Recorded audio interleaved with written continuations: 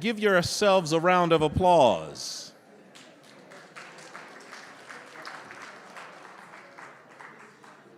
All right, again,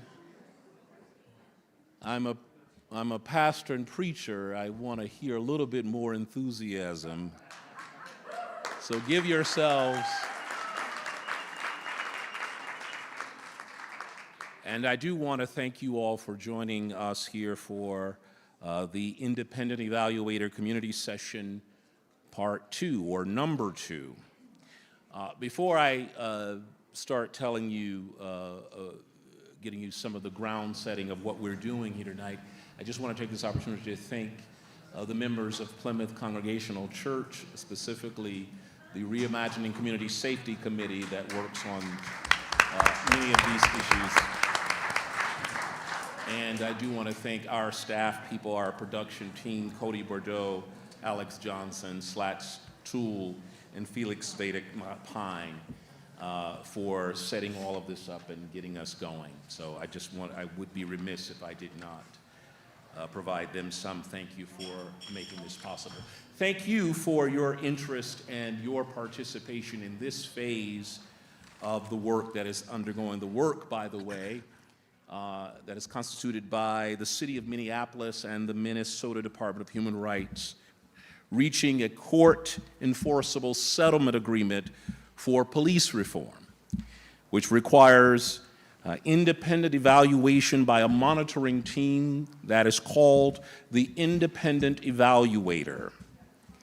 As part of selecting the Independent Evaluator, the agreement prescribes the convening of 2 public meetings to solicit questions and feedback from the community to evaluate potential candidates for the Independent Evaluator.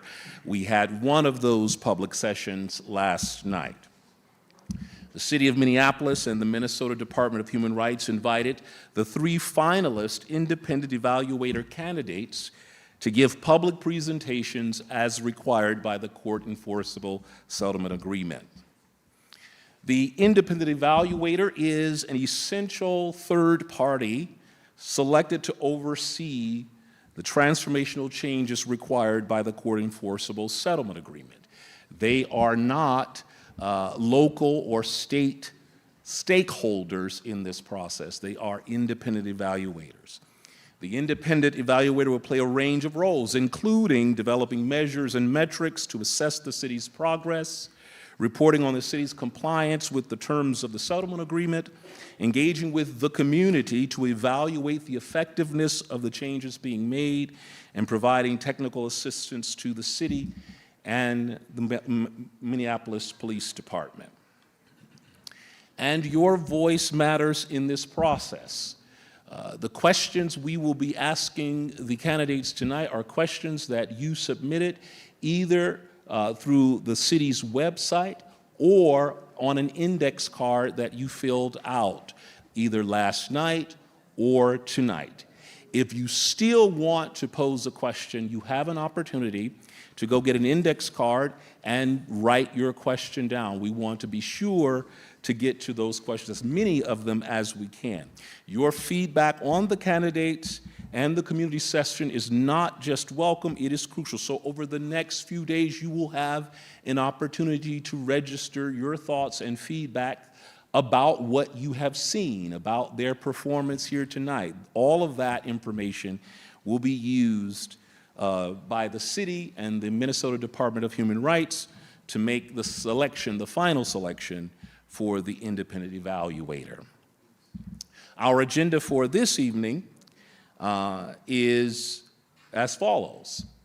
I've given you the information about why we're here, what we're going to do. But first, we will hear from each of the candidates for the Independent Evaluator. They will have 10 to 15 minutes each to present and introduce themselves to you.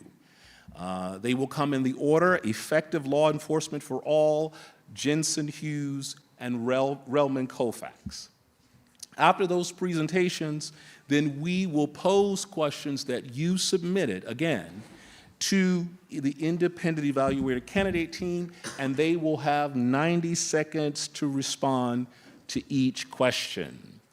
And we will have a timekeeper who's out front, so please pay attention to our timekeeper, for they will let you know how much time, or if you're out of time, or how much time you have left.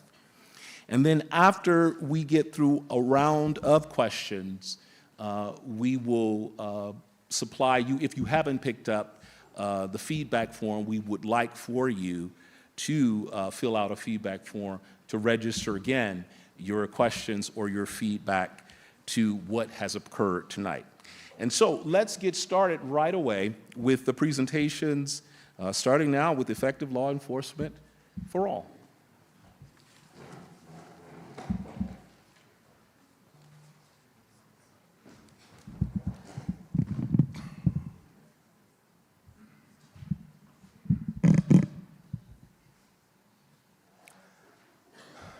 Thank you, Reverend Davis. Thank you for hosting us here in your church home. Thank you to all of you for turning out tonight to hear from us. I like coming to Minneapolis. This is the city that introduced me to the meteorological phenomenon known as freezing fog. My name is David Douglas. I am the president and co-founder of Effective Law Enforcement for All. Since 2013, I've served as deputy monitor for the federal consent decree over the New Orleans Police Department. What I'd like to do tonight is just in our few short minutes that we have, I want to sort of take you on the journey that brought us all together in this place at this time.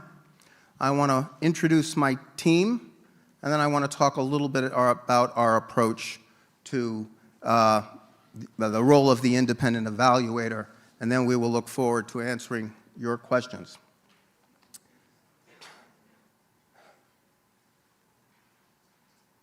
As I said, I've been serving as the consent decree monitor in New Orleans. What's more important for our purposes is that along the way, after talking to many police officers in New Orleans and around the country and talking to the public, I realized that there was a real opportunity to use consent decrees as a framework and common ground to bring the public and the police together to achieve a shared vision for policing that's safe and effective for police and the communities they serve. This is a paper I wrote in 2017. I think our one-pager has a QR code and links to our website if anyone wants to read it. You'll probably be the third person to do it. But it set the stage for what we've done. It led me to co-found Effective Law Enforcement for All, a 501c3 nonprofit dedicated to collaboration between the public and their police agencies. Our theory of change is very simple. In order to effectively oversee the police, who after all work for you, you have to understand how policing works. We all have seen too many images of bad policing, but that doesn't mean we know what good policing looks like. But what I've learned through my work is that the elements of safe and effective policing are not a mystery, but they are a secret that were kept from too many of us, including myself. I'm not law enforcement, I'm not former law enforcement. But that consent decrees, your agreement is a consent decree, or a big checklist that describes generally accepted policing practices. They are the product of policing experts. And so that sets the table for us to come together to measure what our police departments are doing against what we believe they should be doing. So we educate, then we empower communities to partner with their police. So this is an image of a project we did in Montgomery County, Maryland. And we empower, and then we engage. And we hosted a conference last fall where we brought nonprofits together who are in this policing space so that we could all leverage our strengths and amplify our voices. So before I talk to how we're going to turn to how we're going to apply that here, I want to briefly introduce the members of my team who are here tonight, starting with my colleague and our co-independent evaluator, Michael Harrison. Michael was the former superintendent of the New Orleans Police Department, so in essence, I was his monitor. He was, I kind of got to oversee you now that I think about it. But the real point is, Michael's a real change agent. And we were able to partner together and really move the New Orleans Police Department forward in its compliance path. He was so successful that Baltimore, after the Freddie Gray tragedy, stole him away and brought him to Baltimore. Michael is a change agent. You'll hear from him tonight. I hope you'll ask questions for him, but it's really a privilege and a pleasure to work for him. Oh, there we go. Now I guess I'm working for you. Sitting down here in the front row, let me go next to Marianne Viverette. Marianne, please stand up. Marianne is also on our New Orleans consent decree team, and she works with us in effective law enforcement for all. She's the former chief of the Gaithersburg, Maryland Police Department, where she was with for 21 years. She's the first woman to head to be president of the International Association of Chiefs of Police. In that capacity, she worked with police agencies not only all over the United States, but all over the world. She was formerly with the Commission for Accreditation of Law Enforcement Standards, where she surveyed and evaluated policing practices across the country and internationally. Next, I got Arlinda Westbrook. Arlinda Westbrook, also from New Orleans, she was the first civilian to oversee the New Orleans Police Department's Internal Affairs Division under Michael Harrison and actually before. The real reason I've asked Arlinda to be on this team is because change is hard work, and from day one of that consent decree, Arlinda really has an exceptional ability to listen to all sides and to translate back to others what they're saying. The number of times Arlinda said to me, "You're not hearing what they're saying," is a little embarrassing. And sometimes she would say, "You're saying this to them, but this is what they're hearing. They're not hearing you." And in a consent decree process, where you're trying to work out difficult concepts, that ability to communicate effectively across difference is critical. So I was very excited when she agreed to join the team. Last but not least is Barbara Harding. Barbara Harding served with me as a civil rights prosecutor in the Department of Justice, where we prosecuted police brutality and hate crimes. Barbara, after that, went into private practice but kept her commitment to civil rights work. Most recently, she represented the city of Charlottesville, Virginia, in its battle to take down the Confederate flags. And she did pro bono, free legal work for the city, opposing those who were trying to stop the statutes, and she prevailed. That's not why she's here, though. She's here because when I was asked to review White House security, when a plane crashed on the White House lawn, I asked Barbara to be my deputy. And Barbara has an infinite capacity to retain and analyze facts and to take very complex tasks and break them down into manageable, simple steps. And I think that's going to be a very relevant skill as we move forward. The rest of the team, I have an apology. I think they're all watching on YouTube, so I'm going to apologize to them because I'm not going to introduce them all because I want to spend a little more time just talking about the consent decree implementation process. What I will say about the team, I'm excited and privileged to work with them. They're a group of exceptional, talented individuals. You see their summary there. There's more information, obviously, in our proposal and a QR code on our one-pager. So I hope you'll study them. But the key to our team, what we've done is we have really mixed law enforcement expertise with non-law enforcement expertise, civil rights, social work, because as we all work together to implement this agreement, we want to match up experiences and skills and perspectives. So in some ways, what I would say briefly is that consent decree implementation is a lot like fitness. If you want to get more fit, all you have to do is get a book and do what it says in the book. This is the book. All the MPD has to do is everything that's right in here, and they'll get this done. I don't know about you. I've got a lot of fitness books. I'm not that fit. And that's because it's hard. It takes coaching. It takes someone to help you do it right. It takes someone to urge you to move forward when you don't want to do it. It takes someone to help you correct your form and what you're doing. And the issue here is that we are going to be asking the Minneapolis Police Department to do things differently, to do things they've never done. And that's a hard ask of anyone. And through the experience of our chiefs who have worked under consent decrees or are nationally recognized for effective and progressive policing, they can say things to the police officer and develop bonds that, quite frankly, I cannot. I can tell a police officer you're not doing it right, but I haven't lived his or her experience. But our chiefs have. They've all started as beat cops, worked their way up. And they can say, I understand what you're saying. I understand your experience. But let me tell you why this is a better way to go. This exercise is not about just doing what's in here to comply with the law. What we've learned is the requirements and consent decrees lead to better policing. And we have a team of people who can speak credibly to police officers about exactly why that is.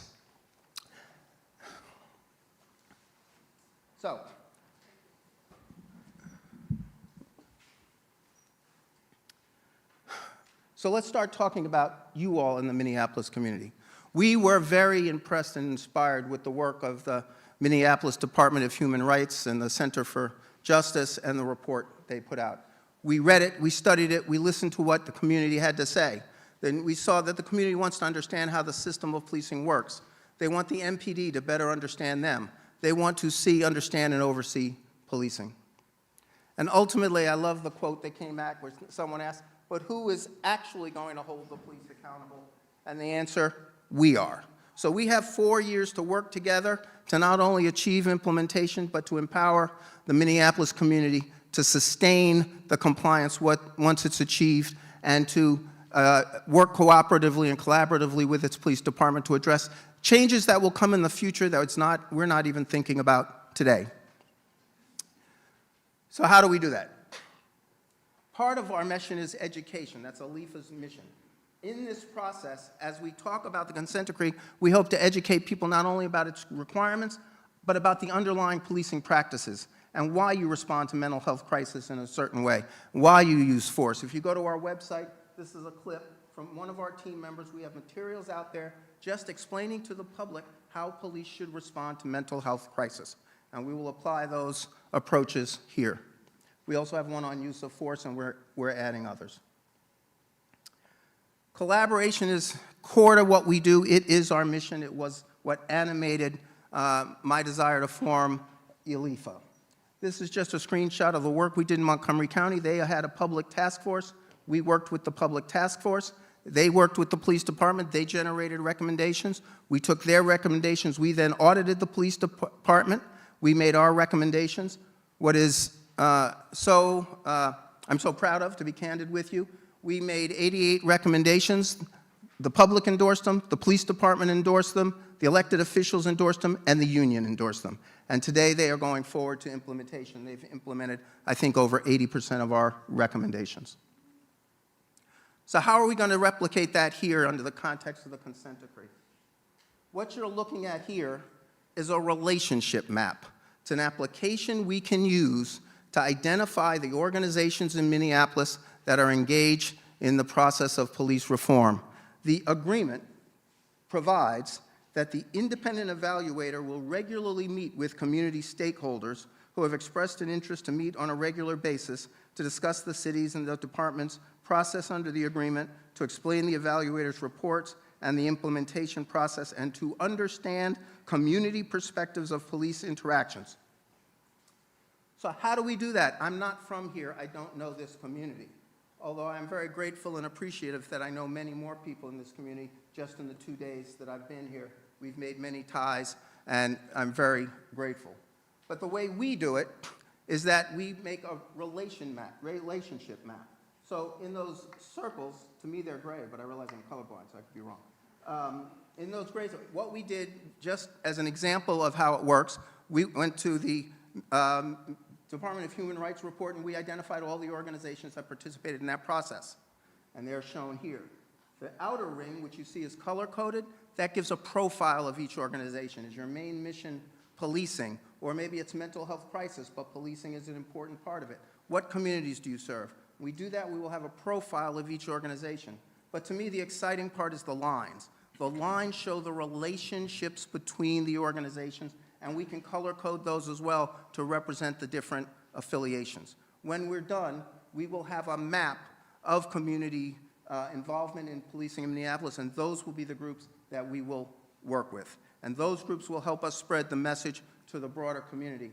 But most important, by strengthening all the ties between these groups, by improving collaboration among the groups, we lay the foundation for the continued sustainment of the agreement after we're gone.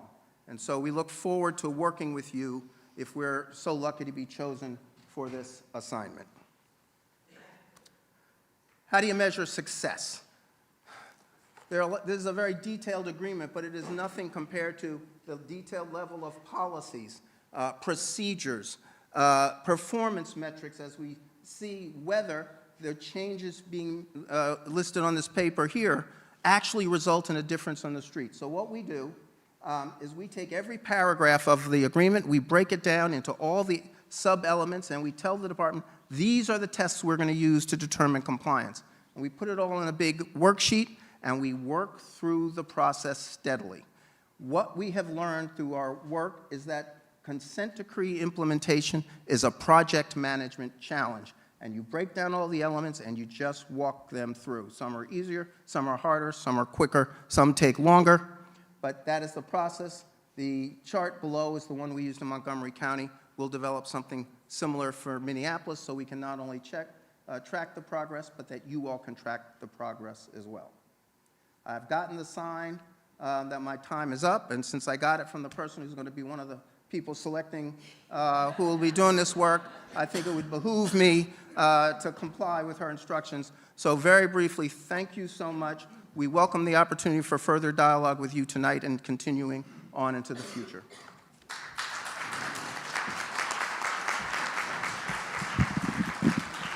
There are some seats in here. If you have a seat, if you don't mind moving in, please do. If you don't want to move in, please stand up so people can walk and get, we have plenty of seats here in the middle. And if there is an empty seat by you, raise your hand and ask someone to come on in. Those sitting on the steps, I'm going to need you to come and get a seat because that is a fire hazard there. Thank you for your cooperation. And as they get settled, Jensen, you can get in position.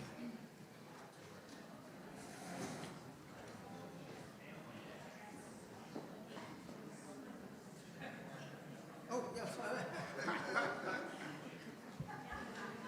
No, you can, I'll work it for you.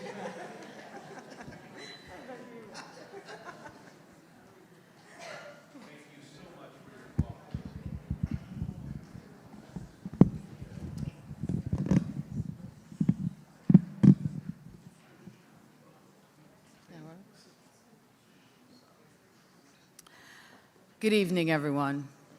Good evening. And thank you for giving us the opportunity to talk with you this evening, to tell you a little bit about Jensen Hughes, to tell you a little bit about why we and our team members do the work that we do, to tell you what our approach to serving as the independent evaluator would look like, and to tell you and share with you how we will engage this community and ensure that you are a part of the reform that will be built through this settlement agreement. By way of background, I'm a leader in law enforcement. I've also been a leader in civilian oversight of law enforcement. I'm a lawyer. I'm a former inspector general, where I was responsible for investigating allegations and complaints of abuse and neglect of persons with mental and developmental disabilities. I was also a former victims advocate. I've dedicated my career to ensuring that people harmed by the very institutions that are responsible for caring for them, for protecting them, had an avenue of recourse. And more importantly, to ensure that those systems stop causing the harm that they have been doing. And so, as I was ending my career in public service, I was working as, I was leading Chicago Civilian Office of Police Accountability. That's an agency that had primary jurisdiction over the investigation of all officer-involved shooting, primary jurisdiction over the investigation of all complaints of excessive force, race-based complaints, sex-based complaints. As I was leaving that agency and transitioning into another career, I wanted to continue to improve this process. I wanted to continue to improve the performance of policing.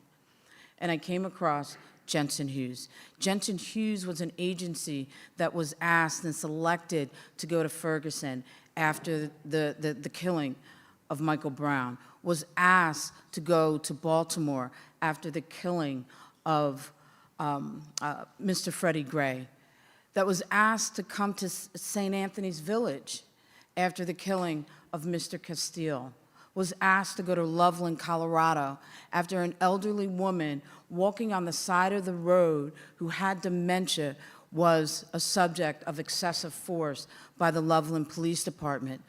Jensen Hughes is an agency that when they go in to do an assessment, where they're serving as a monitor, where they're asked to do a professional standards investigation, calls the balls and strikes, identifies and calls out where the officers or the police department was wrong, where they have opportunities to improve, where they have gaps in their systems, but also calls out the balls and strikes where those policies are in line with best practice.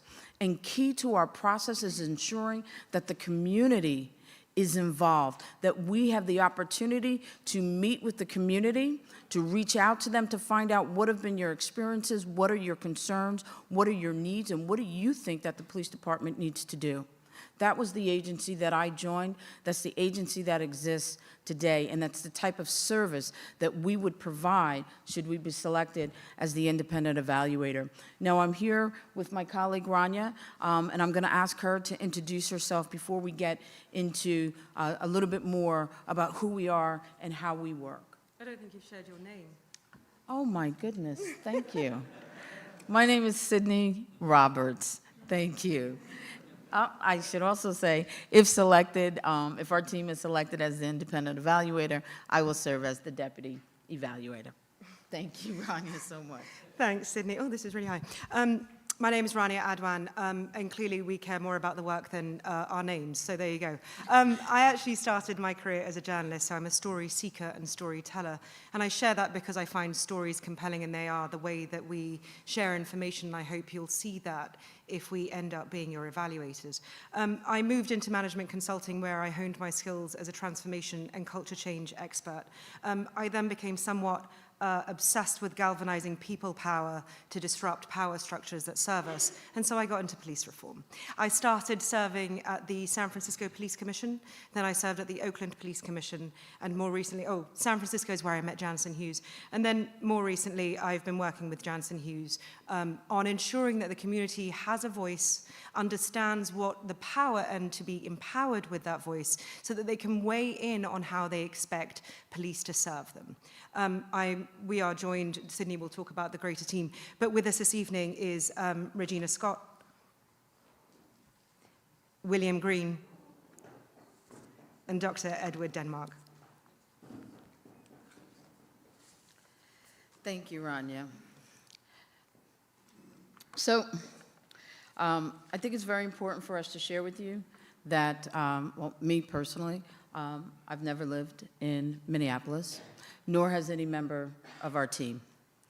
But we do have familiarity with how the Minneapolis Police Department operates, how they're structured, and some of their challenges. And we also have had the opportunity to hear from this community about their experiences with the Minneapolis Police Department. After the murder of George Floyd, our firm was asked to come and do an assessment of the city's response, both the city and the Minneapolis Police Department. And through that, we not only looked at what were their policies, practices, and procedures for responding to events like that, but we also looked at how they engaged the community. What level of communication did they have? How responsive were they to your needs? And we also met with over 90 members of this community. We held listening sessions with you, and you were very candid with us. You told us how that murder impacted you, you told us how it impacted your family, and you told us how it impacted your community. And most importantly, you told us that you have experienced a long history of unconstitutional policing practices by the Minneapolis Police Department, that has been your experience. And your experience was represented in our findings, and it was represented and reflected in the recommendations that we ultimately provided. You know, the stakes for this type of work cannot be underscored. We know that lives are at stake. I'm a mother of a young black son. I know the lives are at stake. When my phone rings at 2 o'clock in the morning, my first thought is at my elderly parents. My first thought is my son has had a negative encounter with law enforcement, and I have spent a good part of my career in law enforcement. So we know a little bit about how the Minneapolis Police Department operates. We know a little bit about how you and the experiences you have. And I want to just mention one other opportunity. You know, when we were here doing the assessment, that was back in 2022.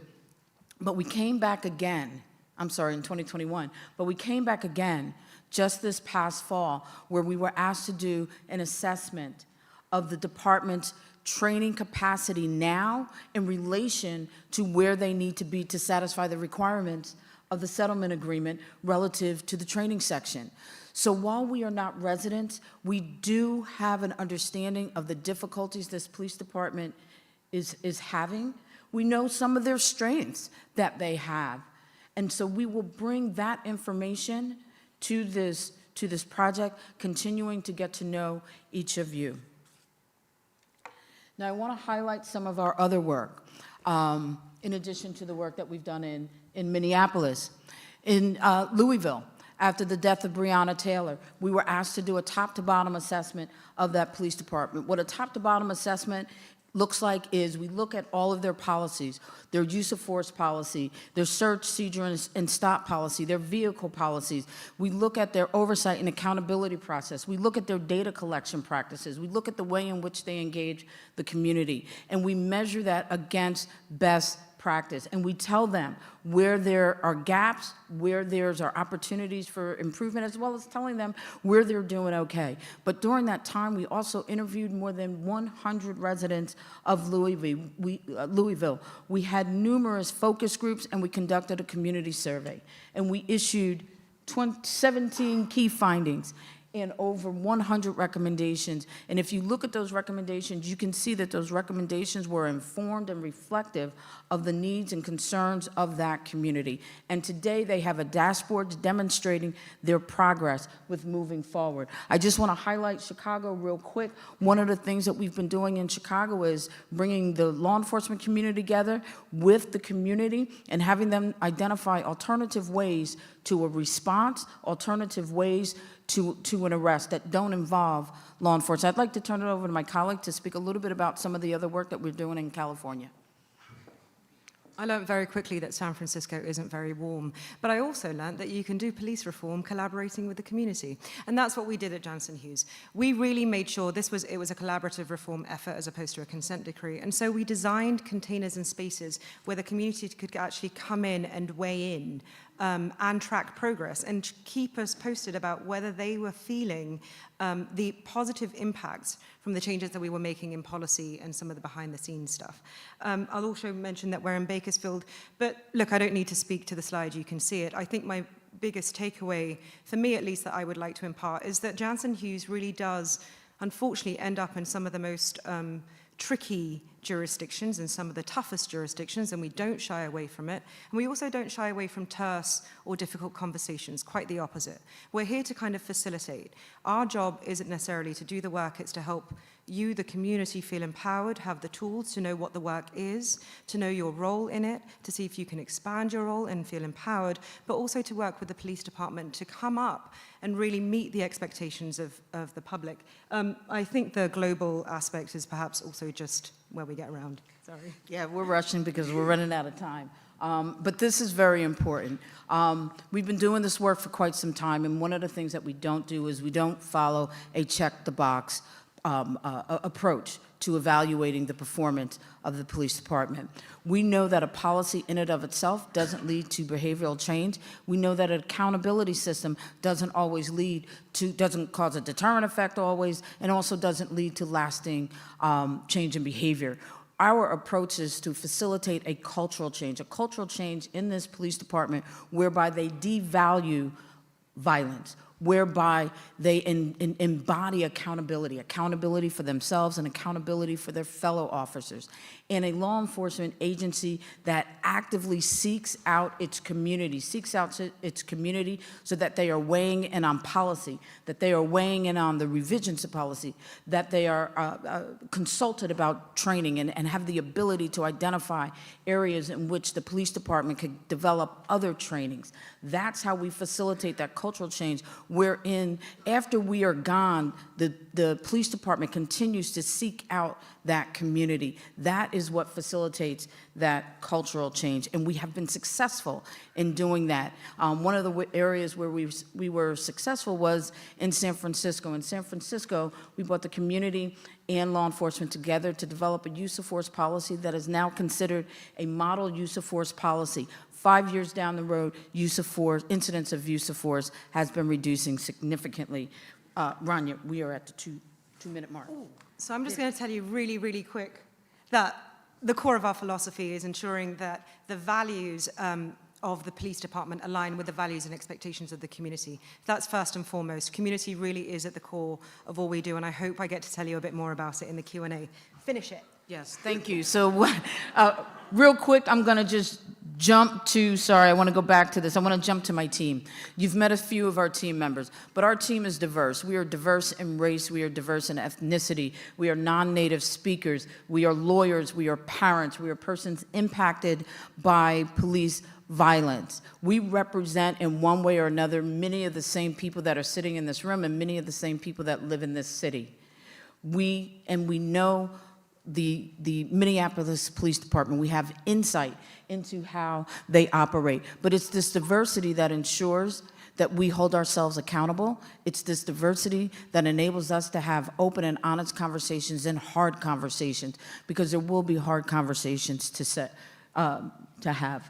And I'd just like to end here, just real quick, and we'll get through this through the questions, but I want to leave you with this. Our time on 2 different occasions that we have had here learning how the Minneapolis Police Department operates. Our time spent listening to you back in 21, after the murder of George Floyd, just again these last several months, as much as yesterday, have informed us, and that awareness will enable us to get started the minute we are selected as your independent evaluator. We thank you for the opportunity, and I look forward to answering your questions.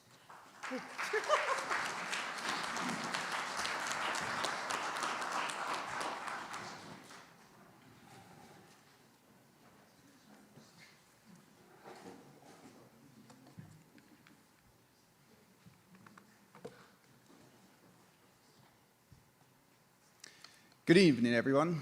My name is Reed Colfax, and I'm pleased to be here to be able to present a little bit about our team, but most importantly, to be able to answer your questions later this evening after these initial presentations. I'm from Relman Colfax. We are a civil rights firm that represents victims of discrimination throughout the country. We monitor settlement agreements, and we do civil rights audits. All of that from the perspective of communities, community members, community advocates, community organizations.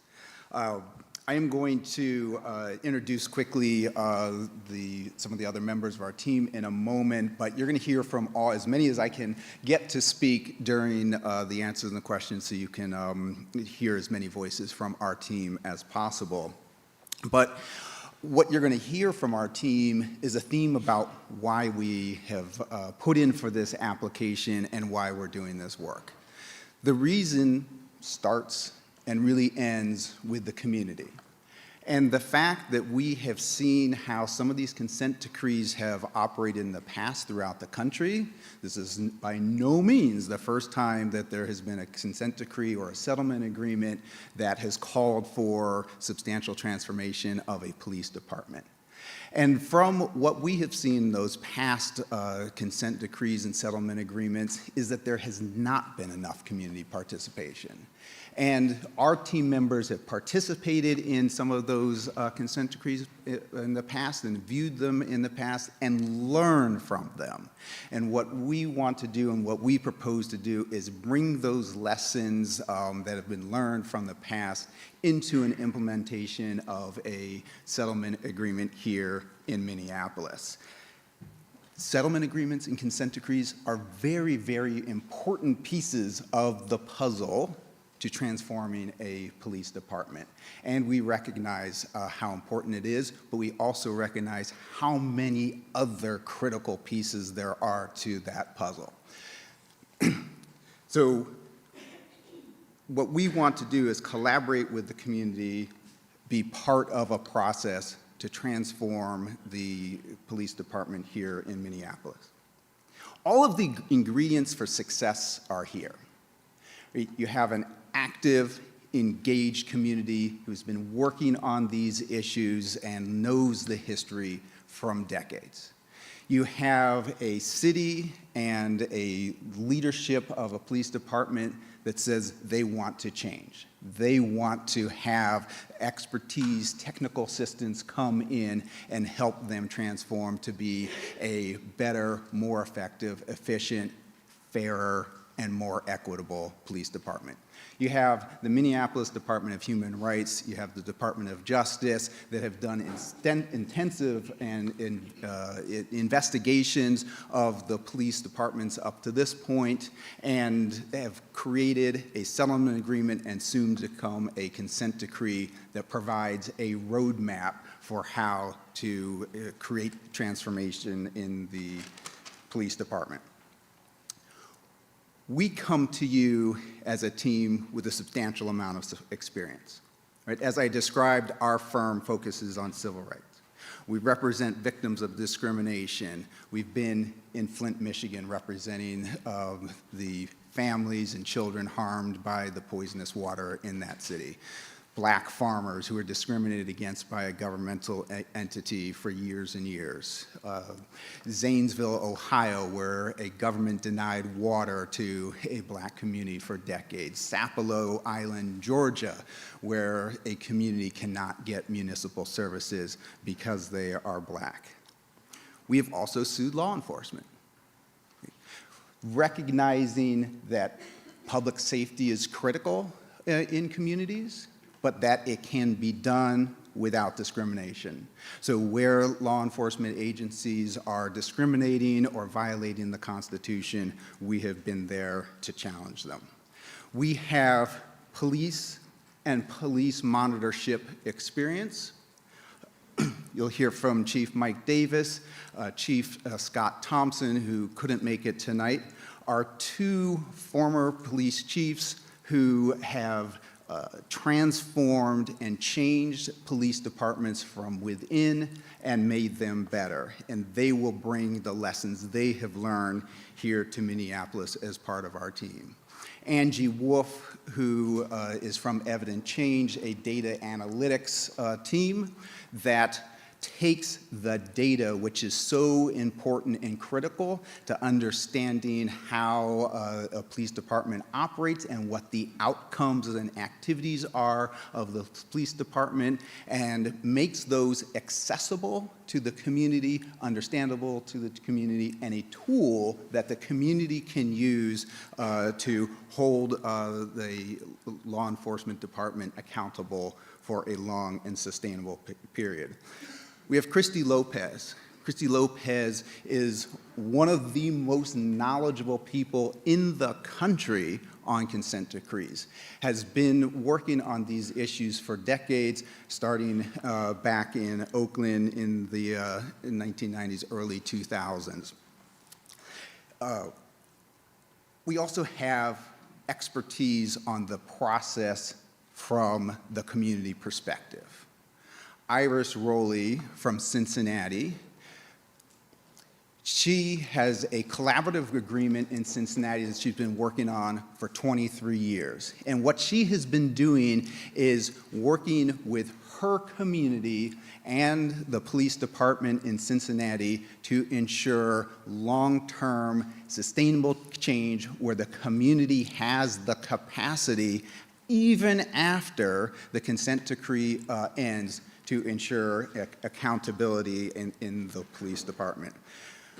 We have the Center for Innovations in Community Safety from Georgetown. Tahir Duckett is here representing them. They have been working in collaboration with police departments and communities to come up with innovative, creative, and, as I said, collaborative solutions for how the community and police departments can work together in such a way to ensure a fair and equitable treatment. And then we have Dr. Raj, who I anticipate many of you know. Dr. Raj is a very, very important member to our team because Dr. Raj is the first step in a bridge and a person who can help open the doors to reach as many community members and community organizations and community advocates as possible in this process because, as I said, our priority is incorporating the community to have that participation from the process from beginning to end, and Dr. Raj is a first step for that process. I am going to step aside, have you hear directly from Dr. Raj, and then Chief Davis in our remaining time. Thank you. Hey, how's everybody doing? Woo! Listen, I want to take a quick moment to recognize that we are, right, standing and sitting in this space of the stolen land, right? Original stewards of this land, our Anishinaabe communities and the Dakota communities. So let's recognize them and recognize the many generations of indigenous communities who are here with us today, right? And continue to stay in the struggle, right? Founders of the AIM movement, right? American Indian movement. Also want to recognize the ambassadors and the amazing ancestors of the stolen bodies, right? Bodies who have been stolen from the continent of Africa, continue to stay in the struggle despite the trauma they have been exposed to, and the many generations of the Black community who are here with us. So we want to thank them for allowing us to stand on their shoulders as we continue this struggle. I want to also take this time to recognize all of you, right? Please give it up for yourself, for the amazing presence. Come on, y'all, give it up. Show some Minnesota welcome, right? Appreciate it. So I want to say that this change, this process that has been introduced in the framework of the consent decree cannot move forward unless and until you are willingly participating and informing and being critical, being skeptical about these changes that we are proposing, right? This is not something that is just going to take shape and form without your energy and your presence and your spirit. You showed up. You showed up as allies. You showed up as accomplices in this fight when that ground zero that happened here, right? That incident that brought the entire global attention to Minneapolis. And that turned the tide towards what we are here for, right? I want to also thank DOJ for stepping in and really investigating the kinds of discriminatory practices that has been taking place. Want to thank MDHR. Y'all give it up for our own MDHR, right? For stepping in and doing that investigation that is necessary, that has led us here. But apart from these formal organizations, we have many different organizations that has continued to stay in the fight, right? The Unity Community Mediation Teams has stayed up in the fight for the past couple of decades. So give it up for them. Want to thank the Communities United Against Police Brutality, right? And Twin Cities for Jamal Clark. Many communities have stood up and said, enough is enough. We are no longer taking this, and we're going to show up on the streets every day. So alongside myself, I also have a community leader from Cincinnati, Ohio, right? Iris Raleigh, right? She wrote me a long list of things that I need to tell y'all, but I love this sister so much so that because she shows up with raw energy and community concerns in heart, right? She is not showing up as an expert. She's showing us as somebody who has experienced what it is like living under the jurisdictions of law enforcement that is continuously brutalizing black and brown bodies, right? She took on the fight for 2 decades and has stayed with the struggle because that's what it is going to take for us as community to show up and continue this fight. So please stay with us, be present, and appreciate y'all. Thank you. Appreciate it.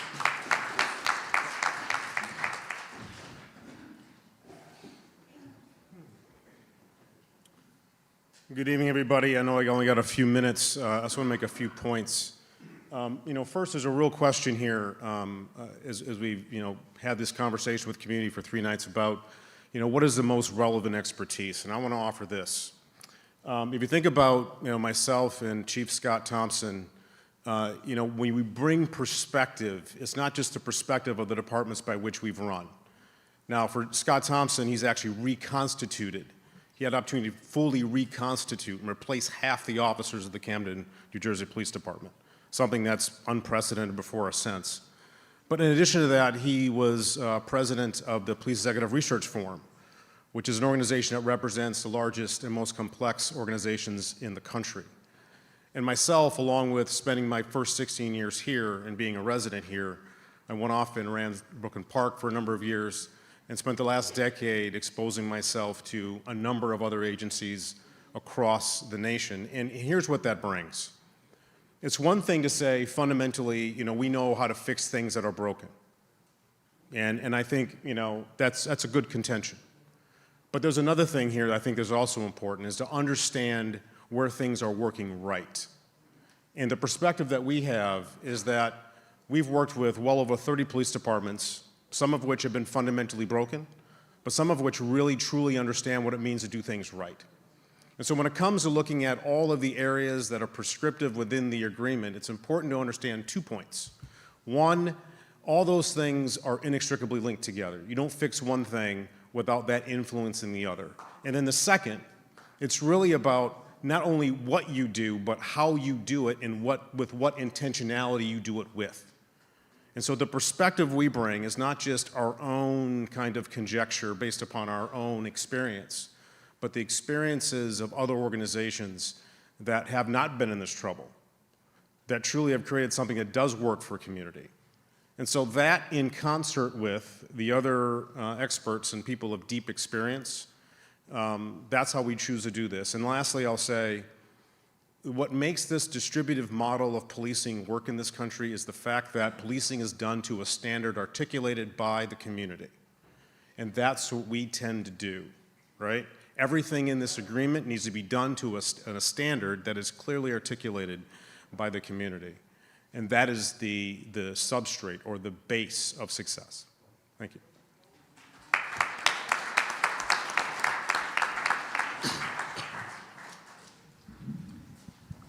Thank you to all of the candidates for those presentations. Before we get to the questions, I think they were handing out index cards. If you didn't get one, it's time to get and start posing your question. I also want to start, we were given a question, and Reverend Ian Bethel, who's here tonight, posed a question that is not necessarily for the candidates, but I think a question that's worth posing. The question was, who will make the final decision of the independent evaluator, which would be the May I do this, Pastor? A hand clap for the candidate.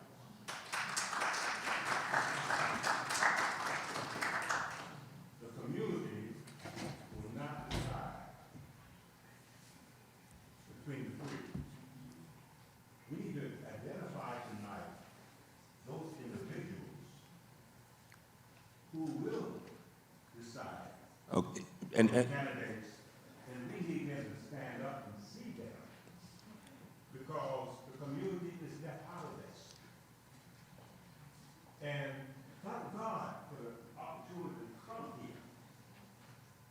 The Native community is not here.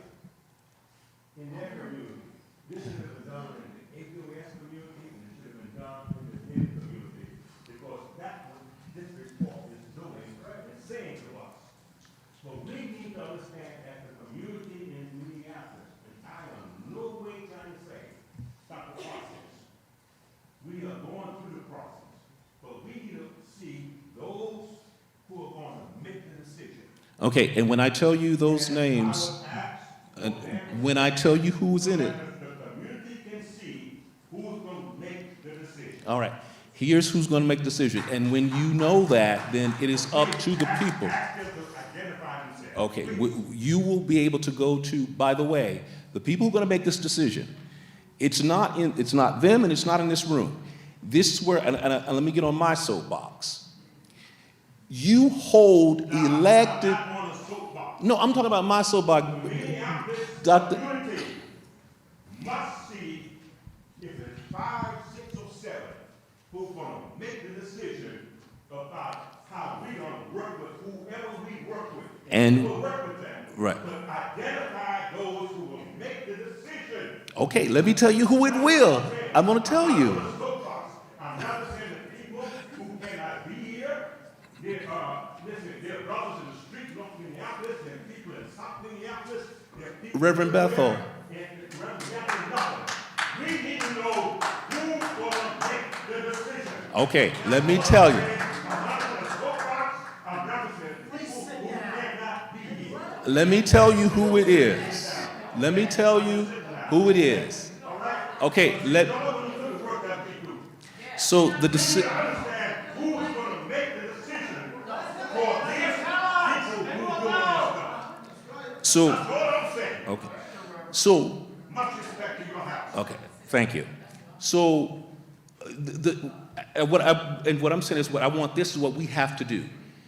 The city, and I'm going to name them, the city, our mayor, we in this community, especially the black, I'm from Northside, I consistently worry that we do not use one of the most powerful weapons we have at our disposal, which is the vote. If the city is not responsive, no, we use that power. People need to be afraid of our voting power. So here's who's going to make the decision. The decision is going to be made by a representative from the city attorney's office is on that team. A representative from the Minneapolis Police Department is on that team. I think there's a representative from the mayor's office on that team.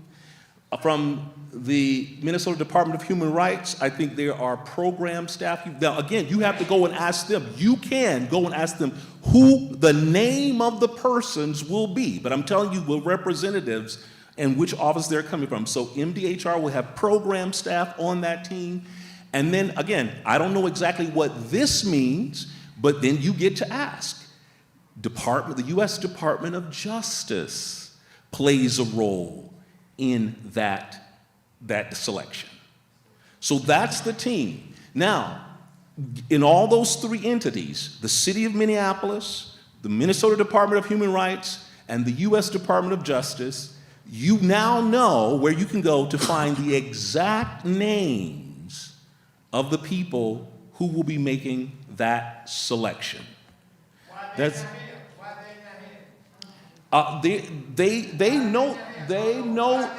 they know these people. They've talked to them. They know these people. So well, then you can talk to them. All right. So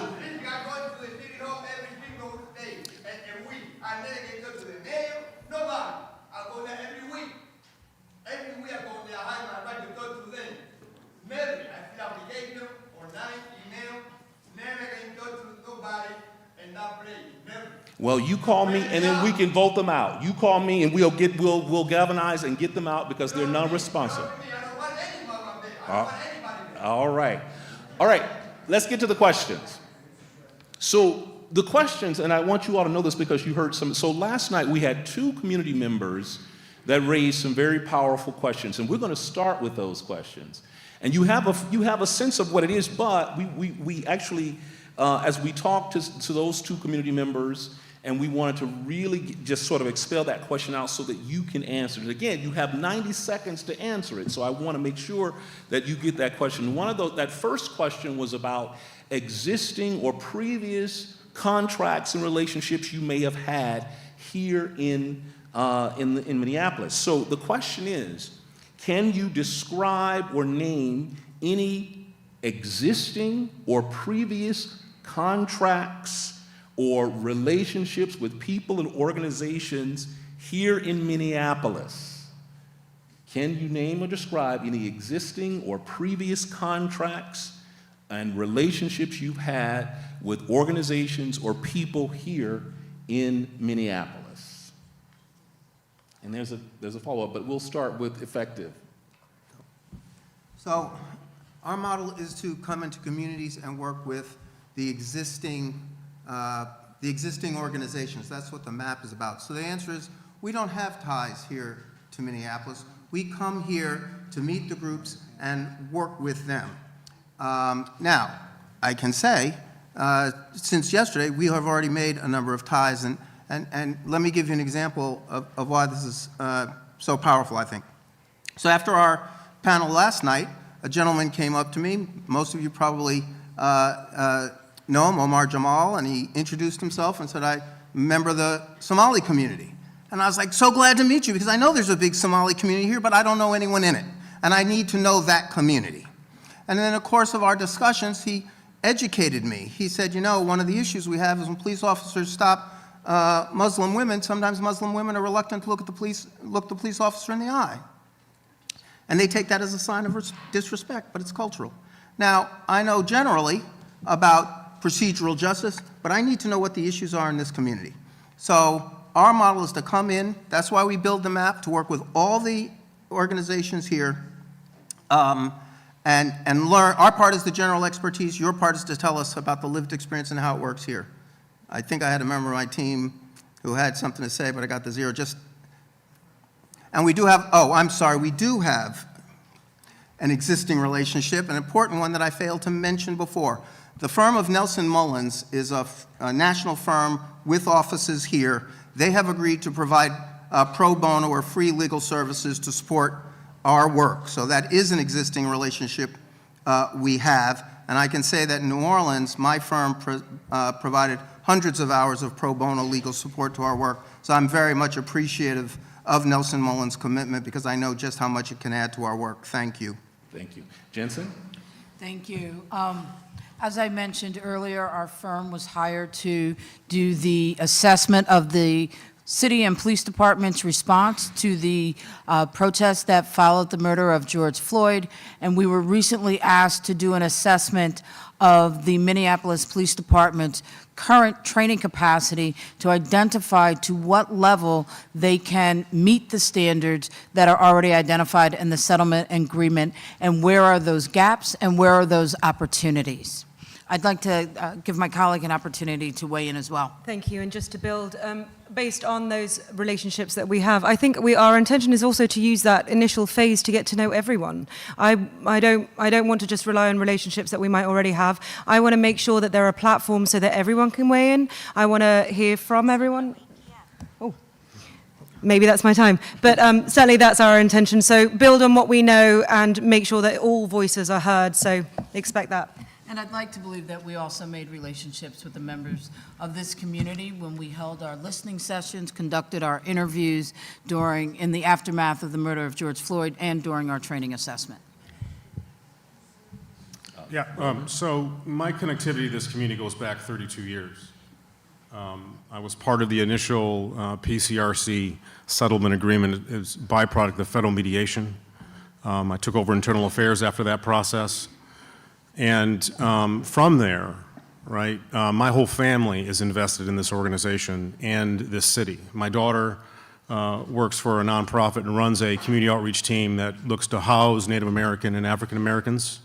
My other daughter works at Waukegan. We're deeply embedded here, and my relationships, right, have withstand the test of time and have proven to be a springboard for me in the rest of my career, but more importantly, it gives me a deep understanding as to what has happened and where this department has been over the course of mayors and chiefs over the past several decades. A related question, and you can sort of, I think, describe the work that the teams you identified will do. The question is, with team members currently in other roles with other cities and organizations, how can Minneapolis be assured that we will receive the time and priority attention needed? And I guess what is related to that, is this team that you introduce exclusively here? Do you have other teams? How do you prioritize? Starting with you, Jensen. Yeah, that is a great question. And I don't have the list of how many team members that we have right now, but our team is much larger than the 5 of us right here. But the other way that we manage and ensure that we are meeting the needs of the city is that we develop a work plan. We develop a work plan in cooperation with the city and the Minneapolis Police Department, and we are clear about what we will accomplish, and we measure our performance along the way. And so we believe that we have the team that we need. However, one of the things that I mentioned yesterday, I want to make clear here as well. Part of our job is to make sure that we bring the team that you need. And if we need to add, we add. And we do that with a mindset and an awareness that there is a cap on the financial cost that can be charged, and we will not increase our price to meet the needs of this community. Relman? And we're going to have Attorney Livingood answer this one for our team.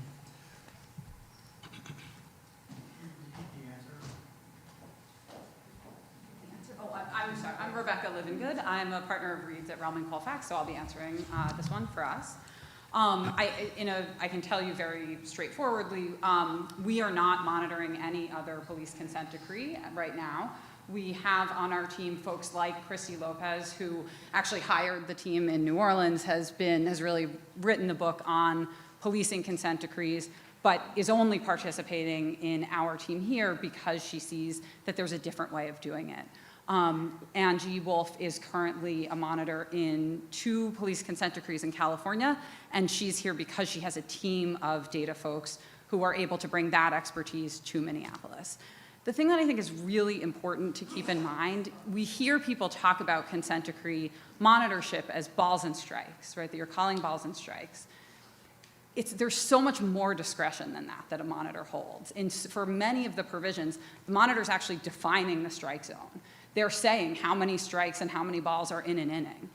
And so that is sort of inevitable. That's an inevitable product of how agreements are written. There are some provisions that are very clear, yes, it happened, no, it didn't happen. And there are some provisions where the monitor needs to say, what does it look like for there to be compliance with this? That's inevitable.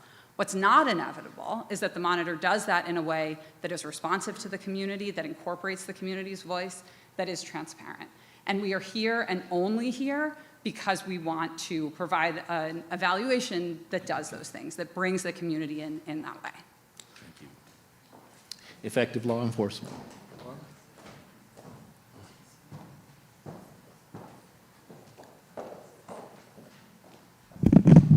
Thank you, Reverend, and good evening, everyone. Thank you. It's an honor to be here. Our firm, Nelson Mullins, we agreed to join the ELEFA team. I've known David Douglas now for 35 years. He's one of the most honorable and committed people I know to the fight for civil rights, and I've now for a couple of years gotten to know the team really well. Our role at Nelson Mullins, and we're doing it pro bono free so that our team that has the experience and the credibility with the constituencies that they'll be working with. So our police team that has the credibility to talk to law enforcement about, how the change can actually make them better, make them individually better, make their institution better, make them feel and be more respected in their community. We've got the people that can do that. So our firm is going to do the kind of writing the reports, doing all the kind of technical writing and things like that, first drafts, at the behest of the experts, so that they don't have to spend as much time on that, and they can spend their time in the communities with the people that that they need to be with. Our community team members will be here all the time on the ground, all the time, as often as needed, working with all of the communities, as David showed, and we work with every single community member. So thank you. Thank you. This next question flows from a real good discussion we had last night. One of the community members read some of the outcomes, some of the real negative outcomes from places that were under either decree or had a settlement agreement, and in some ways the outcomes seemed to suggest that they had backslid. And so the question came out of, consent decrees. They have a reputation for dragging on for years. It has a history of costing millions of dollars. And the question is, what consent decree processes have you worked on that have failed, or where the police did not meet, and how did you handle it, and how do you avoid those kinds of pitfalls? We'll start with effective law enforcement. So we haven't worked on any that have failed. The New Orleans consent decree, so it started in 2013 at the time, and maybe still now is the broadest consent decree. They've made tremendous progress. The work is not done, but they are a transformed organization. I'm going to let Michael speak to that, but I want to talk about the issue. There's always a little ebb and flow. Things come into compliance, things slip out of compliance. At the end of the day, you work collaboratively with the department to address those. Sometimes there's public pressure. In the most extreme situations, you may have to go to court, because ultimately the court will decide whether the agreement has been complied with. But New Orleans is in many ways a model department, and we actually expect them to come into initial compliance in the relative near future, but I don't want to make any headlines for that here tonight. Well, again, I will join David and say that I have not worked for any that have failed. I can give you a short example of something that we thought was a deficiency in the consent decree that we overcame. And so there was a mandate to train all 12 or 1,300 members of the department in a 90-day period. It was almost impossible. What we learned is that in order to accomplish that, we had to have people in training and enough people facilitating the training. We actually had more people in training by day than we had on the street by day. More in the classroom than on the street. And so as the chief, I brought that to the attention of the monitors and the judge.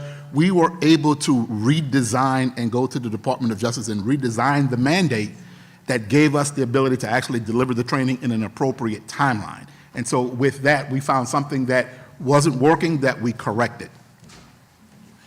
Relman. Professor Lopez.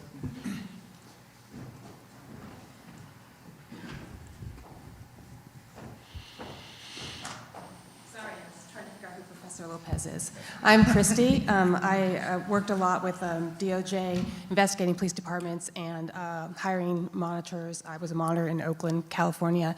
And I think I wouldn't say that all of the consent decrees have been successes in some respects. Generally speaking, we know the consent decrees, they do reduce police violence. And they do reduce police killings, almost always in that community. And that's really, really important and obviously a huge step forward. But I think that many people see them as not succeeding as much as they should, because they take a long time to implement, because there is often backsliding, and because they don't fix a police department. And that is the main lesson that I have learned from doing this work, that as Reed said earlier, consent decrees are a big piece of the puzzle. They're an important piece of the puzzle. They're the only piece of the puzzle that the city has to do. But they're not the whole piece of the puzzle. And so the way that we look at this is that you have to build in, as Rebecca said so perfectly earlier, the community needs to be brought in early to define what success is. What does success look like? So how will you know when you see it, right? And so that's how you'll know whether this agreement has succeeded, because you will have defined what success is. We will be giving you the information throughout so you can evaluate for yourselves what the success is. And how does this consent decree work alongside all the efforts that people have been doing this work in this community in Minneapolis long before the consent decree got here, during the time of the consent decree, and after the consent decree is over. There's still going to remain work to be done. The consent decree will get a lot of really good work done. It will change a lot about the police culture in Minneapolis. But there's a lot more to do in public safety here, right? And so we want to make sure that the consent decree supports those efforts, empowers the community to do that work. Thank you. Jensen. Thank you. I'm going to ask my colleague, Dr. Denmark, to walk to the stage and to elaborate on what I'm going to mention here. And just real quickly, and it's one of the things that we said earlier, you know, we can get a department often to draft a policy that aligns with the requirements of the settlement agreement, the MOU, or the consent decree, but it doesn't yield to changed outcomes. And one of the things that we find when we do that is we have to double down on making sure that there's that cultural change, that they understand why they're doing the things that they're doing. They have to understand the why. The other thing that we try to do, or that we do, is understand what is the root cause, what is facilitating this, and then we identify ways in which the department can improve. And then I'd like to turn it over to my colleague. Sure, thank you for the opportunity. As my colleague Sydney said, you know, we really have to hone in on root cause here. But the biggest issue I've found in the areas where we've had challenges is we're not willing to accept where the individual parties are now as it stands today. Right? Doesn't mean like it, doesn't mean support it, it means understand where they're starting from. Because if we don't understand their starting position, there's no way we can negotiate them into an understanding of where they need to go or why they need to go in a different direction. So our approach is we get everyone's stories, internal from the police department, external from the public. We hear from the political bodies that be, and then we look at the data. Right? The data doesn't tell the story, but without the data, we can never understand the story. So we look for those intersections, or we look for those gaps where the stories and the narratives don't match what the data's telling us. And that's where we drive home and say, what's going on here? How can we develop an understanding of the current conditions, get people to have an understanding of why they feel the way they feel? Because I bring with me a background in organizational development as well as my law enforcement career. So I take a real organizational behavior, organizational development approach to our addressing these issues. Thank you. There's a series of questions, and I'm going to try to pull them together because I think they hit on the same thing, but I want to make sure. And the one that was related to what the question that you just answered would be, are you in a position when you see that there is a failure in compliance or there is resistance compliance, are you in a position to make recommendations and suggestions and push in that direction when you know that the department is not coming into compliance? Let's start off with Relman on that one. What's vital here to understand when you think about being in compliance and not in compliance is breaking apart the component parts of what is actually required. So I'll give you an example. Most every single agreement has some component around use of force and around use of force reviewed by supervisors, right? Even departments that go under consent decree have that. But the question is, what does it produce and what is it focused on and what does it produce? Are you looking just for policy compliance, right? Just at that narrow frame at the second the officer used force? Are you looking a little bit broader to see what was the tactics before the force was used? Was de-escalation even attempted? What about their approach, and what about even the call?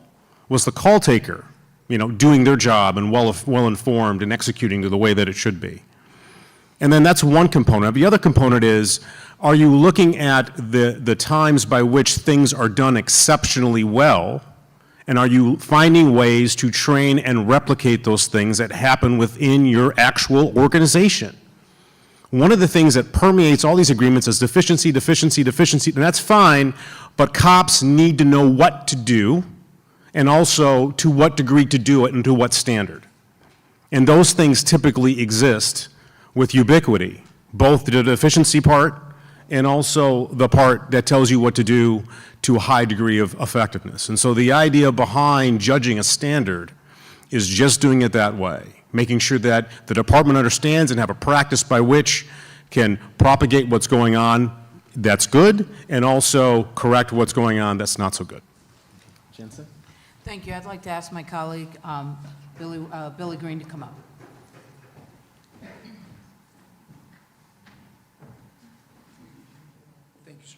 Good evening. The short answer to the question is yes. We do have availability and a mechanism in place to push for those changes. And I think if you look at some of our previous reports that we've completed in terms of our monitoring responsibility, that you'll see that. Also, what I think is just as important to point out is that we do recognize when police departments are performing well. And when we reinforce the behavior that we would like to see more of and the practices and the promise practicing, and we're able to provide that technical assistance to not only get them moving in a direction, but to ensure that the ultimate finish line is achieved. And the goal of it is not to get compliance, but to establish a state of consistent assessment so there's self-reform. So a police department is constantly reforming to become the best organization that they could be in the service of the community that they serve. And if I can add, because I think we got a little bit of time, where we make those recommendations are in our conversations with law enforcement agencies, but it's also where we make those recommendations in the body of the report. We have to spend a lot of time really understanding exactly what is occurring in that police agency and identifying what those challenges are. And we, as subject matter experts, we go and look at what assistance and what direction can we provide, and we provide that direction and guidance for the agency to get to where they need to be. Thank you. Effective. Yeah, so the website for the New Orleans Monitor is consentdecreemonitor.com. You can go read the reports that we issued, some of which have been very tough on the police department, where they fail to comply, and generally then they respond and they fix it. Last year, however, there was a serious issue of noncompliance. We were at an impasse with them. We reported it to the court. The court agreed to hold a show cause hearing. The court then found that they had violated the consent decree and threatened to hold the city, to impose sanctions on the city. So yes, we have the ability to say so when they're wrong, and we have the leverage in a consent decree to go to court if necessary. But the thing I'd like to turn it over to Chief Harrison is more talking about the process of getting compliance. We absolutely have both the capacity and the mechanism to make sure that we hold them to account and to reach compliance. But we also offer the technical assistance, realizing that we may be asking them to do something they don't have the capacity to do, or the expertise, or the infrastructure to actually do to meet that compliance. Some compliance will actually have to have a technology purchased or built in order to meet it. So we give them the technical assistance to actually do what they can't do on their own, and to teach them how to build their own capacity so that they can do it on their own. And then, yes, we hold them accountable and we push them. We not only tell you, the community, when they don't meet compliance, we actually offer the technical assistance and push them along the way to help them meet their deadlines and to meet the compliance, so that we're not just here to call them out when they don't. We're here to help them actually get it. Okay, this is a pretty setup, but and there's a second part to it that I want to get to. It's a different version, but for the audience, what I'm doing is, with all of these questions, what we're trying to do is to get at least, sometimes there are 3 cards that is asking pretty much the same question, and I'm trying to pull them all together so we can get a good response. But this question begins: the city has demonstrated resistance to change, at one point walking away from consent decree negotiations, placing certain key individuals in positions to obstruct, and failing to promise to use police contract negotiations for reform. The Minneapolis Police Department similarly has, I'm trying to read this handwriting, continued the same failed discipline practices called out in the decree, in the settlement agreement, and questionable recruiting and hiring practices. Given that, how do you work with agencies that with expected resistance from the rank and file to the chief to the mayor? How does that kind of resistance impact your effectiveness, starting with you, Jensen? Yes, I'm going to ask my colleague Regina Scott to come up and provide a response to that.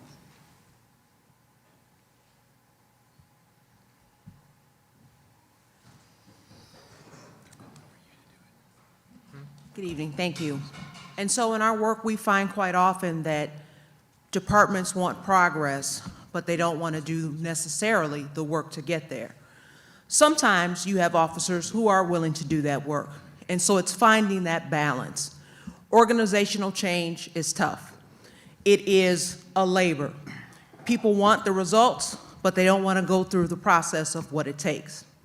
And so in our work, we find a way to be able to continue to keep that dialogue and to understand where we are and what we're trying to accomplish. So once you understand where you are within the judgment or the order and what needs to happen, it's having that dialogue and that conversation of how to get there. So we find it that once we understand we have that resistance, we're able to recognize it and help provide those tools to ensure we can still accomplish and get to the finish line. If I can build with the time that we have, for me it's also about making it compelling. It's also about finding the motivations.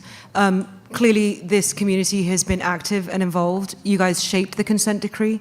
So it's amplifying your voice and giving you a platform so the administration can't but. Also the nation's eyes were on Minneapolis after George Floyd. The nation's eyes are on Minneapolis now. So just ensuring that the messaging is too compelling to walk away from. Relman, all right. Yeah, Andrew Wolf's going to come up. Hi, folks. It's a real pleasure to be here and get an opportunity to answer this question. In addition to my role as CPO at Evident Change, where we do research and analytics for jurisdictions, I'm also a police monitor in 2 jurisdictions in California. One of which I would describe as an organization that's trying to do the right thing, but literally doesn't know the steps to do that. And so in our role with them, we've been really working with them on how to figure that out.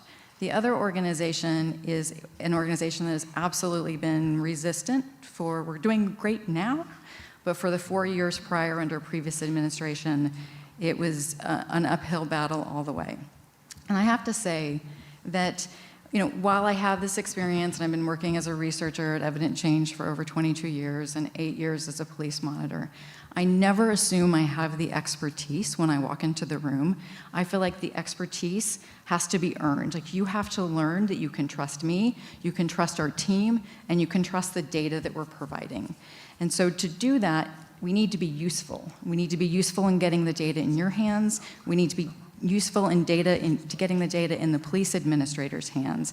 And that's how we make progress, first with a system that's completely resistant, right? We have the threat of going to court, and we have used that, and we've worked with DOJ in the past to do that. And we have found a lot of success in finding early adopters, the folks within the department that want to make the change, helping them get their message out and arming them with the material that they need to do their job better in the data capacity, and arming the community with the data that you need to hold your law enforcement capacity.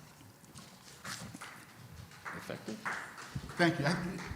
Doctor, I believe this is somewhat related to the previous question. Having now done this twice, have personal experience. First, assessing, is the resistance a lack of will, or is the resistance a lack of capacity, or is it a combination of both? And figuring that out, number one, if it's a lack of will, it is about making sure we're having the right discussions with the parties to make sure we can bring them to where we need to be, or push them to where they need to be. If it is a lack of capacity, how do we, with technical assistance, help them build the capacity and then teach them how to build their own capacity to do what it is we're asking them to do, and then judging whether they do it or not, or do it well, or meet the deadlines in which they do it well. And then reporting out to you, the community, that they did it, they did not do it, they did it but they didn't do it well, or they did it but not met the deadline. And so it is about making sure we're assessing what the problem really is and fixing the problem, and not asking them to do something they don't know how to do without helping them do it and teaching them how to do it.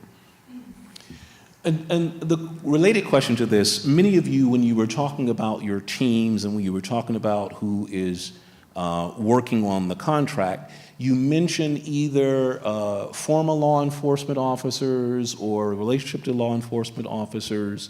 The question is, how do you avoid or check any institutional bias that will privilege the police department's approach over the community or the city or the agencies that have raised the issues, starting with you, Effective?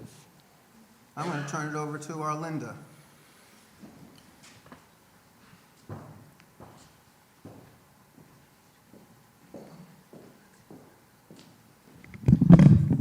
One of the first things we did was, and as you know, I was the first civilian chief, was to bring civilians into the police department to make sure that we had that balance.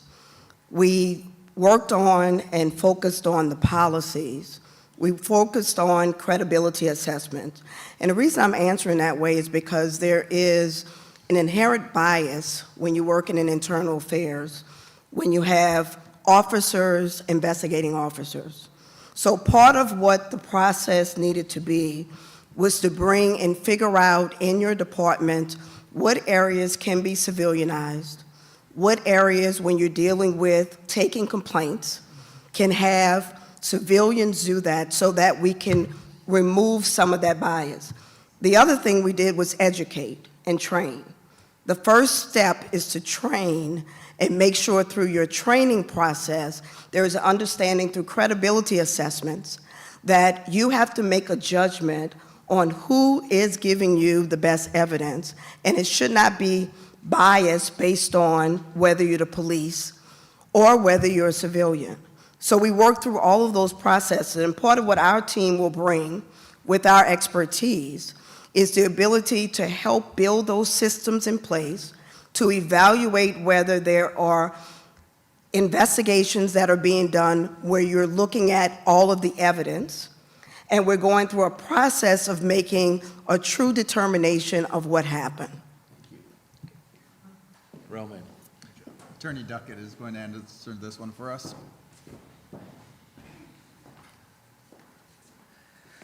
Yeah, good evening. I think that there's two reasons why this is a real strength of our team. And the first is the breadth of experiences that we have on our team. It is obviously important to be able to walk into these rooms and have credibility with law enforcement, and that's why we have folks like Chief Thompson, Chief Davis, who are going to help guide us along the way. But we also have a group of people with expertise that is more rooted in community, with folks that are civil rights lawyers, and that means that we have a balanced sort of approach. And the second is that when you do this work, you have to know, first and foremost, what are you rooted in, right? Like, what is your home base? What are your roots? And for us, as we've been saying, and it's gonna sound, you've heard it from me, you've heard it from Angie, you've heard it from Christy, we're talking about community, right? And so we're not gonna give if y'all aren't ready to say, yes, this is where we're at, this makes sense, right? When our evaluation is rooted in, obviously within the confines of the agreement, with what you're telling us about what you're experiencing, then that's what gives us the ammunition to go and have those tough conversations. And we've been doing that at Georgetown for years. We've been having tough conversations where, we will work alongside law enforcement. We've done that with our ABLE project, which works on active bystandership, but we have also been willing to challenge them. And they know that when we challenge them, that we're doing so from a place of honesty and integrity and transparency. Thank you. And Jensen. I'm going to bring up my colleague, Dr. Ed. Don't start the clock yet, but as he's walking up, as he's walking up, this work is personal to me, and I told you that before, and I can state unequivocally, my check on internal bias is my son. My check on internal bias is my nephew. My check on bias is those family members who have developmental and mental disabilities. It is the reality and the awareness of the lives that are at stake. Well, I will answer from two perspectives. One, from the organizational perspective, as my colleague Sydney alluded to during the presentation, we have community engagement folks, we have civilian oversight people, we have attorneys, we have people who have walked in the shoes of many different aspects of the law enforcement system, not policing, system. And when anyone on our team that presents something or writes something that seems to be, geez, are you sure that's not too pro-police? They check us on it, right? That's called out. That's like, wait a minute, let's think about the community's perspective. Let's think about other perspectives. Now, on a personal note, I check my perspectives because of my personal experiences. 5 years in, I almost left law enforcement because I didn't like what I saw, I didn't like who I'd become, and it was impacting my family personally, and I was going to leave. The only reason I stayed was someone pulled me aside and said, the reason it doesn't work is because good people like you leave, don't stay to fix it. So I double-checked my biases at the door because I know what I was subjected to as a cop in an organization that did some pretty bad things, and I saw how people were treated at the hands of other cops, and I made it my life's work, my 31 years in policing and my 20 as a chief, to make sure that doesn't happen. So that's my personal side of it. So internally, for me, and as a team, we work to fight against those things. And this is a kind of a related question. I think we would assume then that if you are working with the police department and that temptation to an institutional bias toward the department, especially, again, many of you have former law enforcement on your teams. The question then becomes, all of you have talked about accountability. And what does that look like beyond simply just saying we're going to hold cops accountable?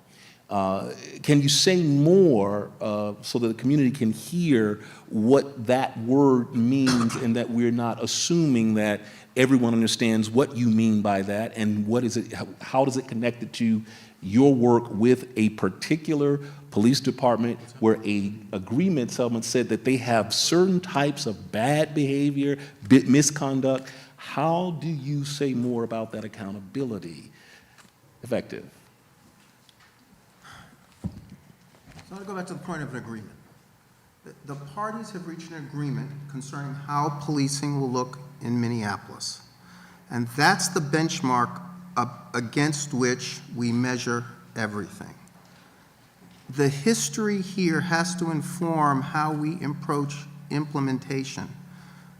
But the task now is to focus on what the parties have agreed the MPD will do. As I showed in the presentation, we take this, we break it down into discrete elements that we share with the MPD. If they have questions or objections, we work them out. Until now, we have given them the blueprint as to what they are expected to do. And it's difficult to talk about these things in the big picture, but when you break it down to a discrete document and little steps, it is very easy to be clear and to show people you have not complied, or you have not complied yet. Here's what you need to do to comply. And if you don't comply, that's going to come out in our next report. And that's when you all will come to meetings and we are going to sit here and we will tell you that, and that's where your voice will speak to the police department. And if that's not enough, we'll go to court. So you start with what everybody's agreed with, what's on the document. You say, this paragraph here or these paragraphs here you are not in compliance with. Either come into compliance or we are going to report out to the people who can hold you accountable. Okay. Jensen? Yes, and as I understood the question, it is, what does accountability look like from our standpoint? One, it is making sure that a law enforcement agency has the policies in place to set the standards for what the officers are required to do, that they have a process in place that identifies when they are not performing to standards. And we, as the evaluators, are one, assuring the policies, two, assuring the process, but then as part of our evaluation is to look at the completion of their internal investigations, whether that's a complaint investigation, whether that's a use of force investigation, to make sure that it was a thorough investigation, an independent investigation, an investigation that reached conclusions based upon the facts of the case. But accountability is also about communicating with its community, telling the community what are their use of force data, telling the community what are their citizen complaint data, telling the community what are their stop data in relation to race, ethnicity, LGBTQ plus community. It's about making sure that the community knows what you are doing. That is how accountability occurs as well. And I'd like to turn it over to my colleague to talk a little bit about San Francisco and how we had them handle critical incidents in terms of that. And anything else, I shouldn't tell you what to say. But you can. For me, and I'll add that there's a transparency portion. It's not just enough for us to kind of hold the police accountable, but instead encourage them to kind of build out the dashboards, and maybe this is where you're coming from. It was a really strong encouragement, in fact, maybe a bit of a prod, that SFPD develop a dashboard so that you, the community, can hold the department accountable well after we're gone. Thank you. Sorry, I didn't mean to shout. Iris Rowley is going to handle this one for our team. That's amazing. Thank you so very much. Iris Rowley is my name, and I come to you from Cincinnati, Ohio, with 3 sons, 6 grandchildren, 4 of which are Black boys. So the answer to this question was critical to the work that we did in the city of Cincinnati. And how you hold people accountable is set clear standards. And the standards come from you. They come from within the agreement. You merge them together. We report them back out to you and to the courts. When officers continuously, because you're going to have officers, whether they intend to mess up or they just mess up, standards need to be set. Those standards need to be set in policies, procedures, and/or guidelines in multiple places. They also need to be known within the community. So when police do mess up, where you do go is to the people that you elect, to your mayor, to your councils, to your ward people, and that's how you hold them accountable. If you don't have that in place, you have to build that too. That's the additional work. It's not one panacea that's going to make this thing work. It's parts and parcels of a lot of things that will make this work. But as a mother, as a wife, as a grandmother, as a Black business owner, I demand reciprocity on my tax dollar. And that is part of what this community needs to do. Get reciprocity and make sure that those standards are very clear and make sure that you understand them in infinity. Thank you. The related question then is, how do you plan to inform, engage, and work with the community as you are doing this work? In essence, how is the community going to be involved with you as this comes along? And be as explicit as you possibly can in answering that question. Relman. Attorney Duckett's going to handle this one. Yeah, so what do we mean when we say community at every step of the process? Because all community engagement is not equal. You've heard the phrase, nothing about us without us, which was popularized by disability justice advocates. And for too long, both in cities with consent decrees and cities without, it's been much more like some things about us without us. And folks will say that they are doing community engagement, but they'll be picking and choosing that engagement. That's not us, right? You are the experts of your own experiences. And I come out of Black movement organizing. I know how extractive it can feel for folks to parachute in and out, and all the while they're bragging about their community engagement work. So we want to develop a process that within the confines of the negotiated agreement, we work in partnership with community to develop the metrics, the benchmarking, and most critically to be doing that evaluation. Is this working? Is the experience of being policed meaningfully different? It's not just a report back, it's a check-in along the way, because we've been working arm in arm from the very beginning. And if what's not working, and if it doesn't seem like it's working, what can you help us uncover about the problems? What can we learn together?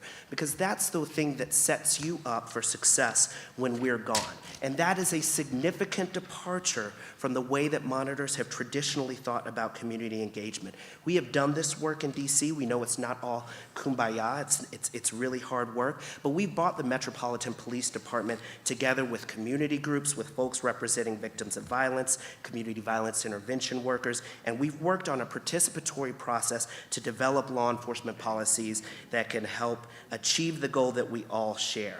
And that's why monitorships have historically shied away from doing this work, because it's really hard. Thank you. Okay. Jensen.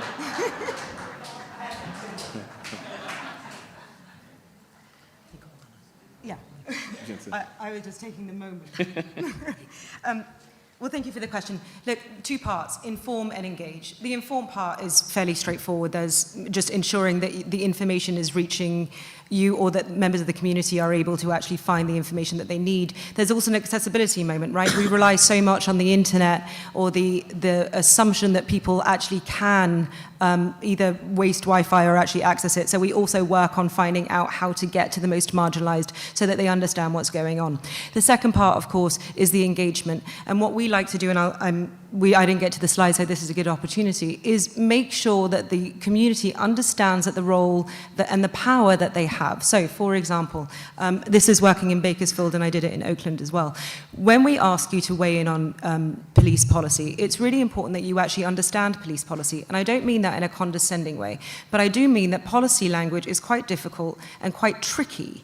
And so making sure that in very plain English, communities know what's being said, know what's about to happen, know what they can expect, and then ask their opinions, ask for ideas, bring that back, and then we'll turn it into the legalese that goes into policy. So that's part of the engagement. Other ways that we engage is the discovery phase, right? The first 90 days we'll be listening, we'll be reaching out, and then we'll be designing for the moment. So in San Francisco, for example, we worked to encourage the police department to hold a town hall within 24 hours after an officer-involved shooting because the community said that they don't trust the department and they really wanted to know. Thank you so much.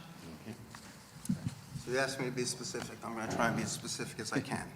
So as I said in my opening remarks, we looked at the Minnesota Department of Human Rights report and identified all of the organizations that it identified that were part of this process. And we've already begun reaching beyond that.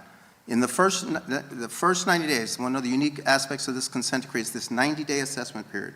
We're going to use that 90-day assessment period to build out that map so that we know all of the organizations that want to be involved in this space, and that will live and grow.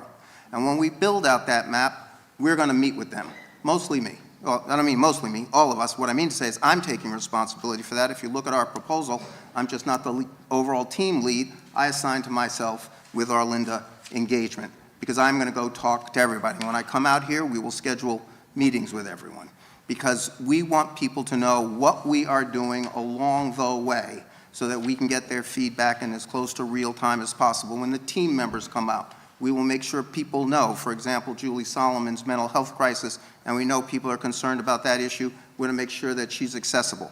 We will then develop reports. We will have our social media communication. We have cell phones. We have Zoom. I have business cards. Anyone can call us. And so we will, what I said last night, it will be multiple channels. We have to communicate to people where they are in the way that is accessible to them. We recognize some people don't have phones, so we have to find ways to reach them, and we'll need to partner with existing organizations to do that. We know we need to communicate in multiple languages, and that's part of our assessment period. So my time's up. Thank you. Related to that, then, what does it look like? I mean, what does your presence look like in a city like Minneapolis? How often will your members be in the city? How will you be immersed in this work? Give us just a tenor. I know that once you get a contract, things work out the way, but just give us a sense, give the people a sense of what does it look like when you're in a city doing this work. Are you here all the time? Are you here on the weekends? How does that actually work? Starting with you, Roman. I'm going to have Attorney Livingood take this one. I think Reed may be the only person who's ever called me Attorney Livingood, so I'm very happy to get a chance to talk about this. I think it is really critical in working with communities to be physically present here. We have that built in a few ways. So we have team members, including Dr. Raj and Mike, Chief Davis, who are here physically. Dr. Raj is always here, and Chief Davis is here frequently, lives here much of the time. Our team is also committed to here, and I will be here a lot, Reed will be here a lot, on the ground, on a regular basis. You will get to know our faces. And I think the reason that it's really not possible to do this exclusively by Zoom or by phone, although you're certainly welcome to have my cell phone number, is because the community is so much more than names of organizations. There are organizations that have been doing work here for decades. And to really understand that work, to understand the lessons, to learn those lessons, requires sitting together and listening. There are also people who haven't participated in organizations in Minneapolis, but who have experienced policing every time they step outside. To really listen to those people, we need to be sitting together in apartment buildings, in schools, and asking what's happening every day? What are you seeing? What are you feeling? There's no substitute for being in person to do that. So we are very committed as a team to being here with you, to listening, and to going through the process together. We can talk a little more about what the nuts and bolts of that process look like when we have more time. Thank you. Jensen? Hi, and thank you for the question. When we're on the ground, we are obviously meeting with members of the police department. If they're having a training, we're observing the training. We're going on ride-alongs. We're attending roll calls. We're having focus groups with the officers. We're meeting with the people that are in charge of use of force, that are the oversight of use of force, meeting with officers that are involved in the oversight and accountability in all areas within the police department. But we are also meeting with members of the community. We're identifying, and one of the things that we always try to do is it's important for us to meet the people where they are. We don't ask people to come to us. We go to the communities. But we also go to the communities in a strategic way. We look at the data. Where is the use of force happening? That's the community we want to go into. Where is agencies are over-policed by the data? That's where we want to go. Where are complaints coming from? That's where we want to go. So that's a little bit of what it looks like. I'd like to turn it over to my colleague. Thank you. I just want to echo that. When we're here, we're really here. I'm also massively food-oriented, so I like taking people out for coffees, show me what to eat. It really is about just understanding the fabric of this community, and I think there is a bit of an advantage about not being here. We come in with fresh eyes, which means many, many questions, and it allows you the opportunity to tell your story without me having to put my bias and my lens on it. So we're absolutely everywhere you want us to be, and sometimes where you don't want us to be. But I hope with that, and I hope you've kind of already experienced that a little bit yesterday. Shameless. I'm absolutely happy. I've been asking Lyft drivers, we've been talking to anyone that will speak to us, really. And yesterday, hopefully, was a bit of a demonstration. But yeah, happy to chat, happy to stay connected. Here's another meeting. Effective. Talk about African Americans and Native. And I'm tired. I hate to fight for my community, but y'all been sitting up here this whole meeting, and nobody still like it was about George Floyd that got killed. But the Human Rights Department report, the settlement agreement, you keep saying consent decree, that's not even signed. The settlement agreement talked about racism against African Americans and Native Americans. And y'all can't say it. Nobody can say that. The moderator, you need to speak up on our people. That's why George Floyd died. If you don't speak up on it, we're going to go through this again. Okay. So I'm going to say it again. I was quiet. I just say our name. Say African American names. Say our name. Don't just say George Floyd. They was racially discriminating against African Americans and Native. That's in the report. Nobody's talking about it. Nobody's talking about it. You want me to sit here and be quiet. Okay. And this ain't happening. I can't do that. I'm gonna keep fighting for my community. I will keep saying we need the police. But y'all gotta, when y'all come in here, y'all gotta say our name. That's what they want. We're in a predominantly white room where the incident happened to African Americans. We got to accept this and sit here, and then we doing it again. Last night, now we're doing it again. So you can make me get up and scream for my people, and I promise you, I'm going to keep screaming. This ain't on behalf of nobody but Al Flower. It ain't what I ain't speaking for nobody, no group. I'm speaking for myself, my people. I'm going to keep doing it every time y'all do it. If you don't say our name, if you don't say our name, I'm just going to leave on that. I'm going to leave y'all here on that. I'm going to keep fighting. I'm going to keep fighting for my community. I ain't going to do this, man. Let's practice, man. Let's get on. Go ahead. I hope you got that. Go ahead.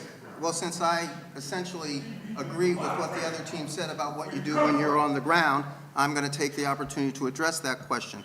The simple fact of the matter is, they call the issue of...